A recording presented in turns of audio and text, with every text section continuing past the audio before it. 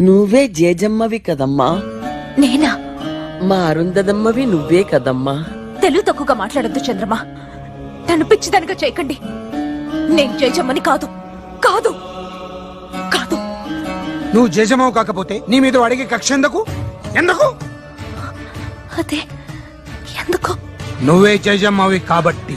కాదు, అబద్ధం. వాడిని నాశనం చేయగలనని జేజమ్మని నమ్మితే అది ఎలాగో తనకి తెలిసే ఉంటుంది. మళ్ళీ పుట్టిన ఈ జేజమ్మకే అది తెలియాలి. జేజమ్మ చెప్పు. నేను జేజమ్మని కాదంటే వినిపించుకోరే. నా చుట్టూ ఈ కట్టు కదలేంటి? నీ చుట్టూ రగులుతున్న ఈ వినాశనం అబద్ధమా? నిజం. నిన్ను వాడు నాశనం చేస్తాననడం అబద్ధమా? నిజం. నిన్ను హింస పెట్టడానికే వాడు సమాధి బద్దలు కొట్టుకు రావడం అబద్ధమా? నిజం. నిజమే. అప్పుడు నువ్వే జేజమ్మ అన్నది కూడా నిజం. నువ్వు మళ్ళీ పుట్టావుని అల్లా సాక్షిగా నేను నమ్ముతున్నాను. అది నిజం కాదు. అవును.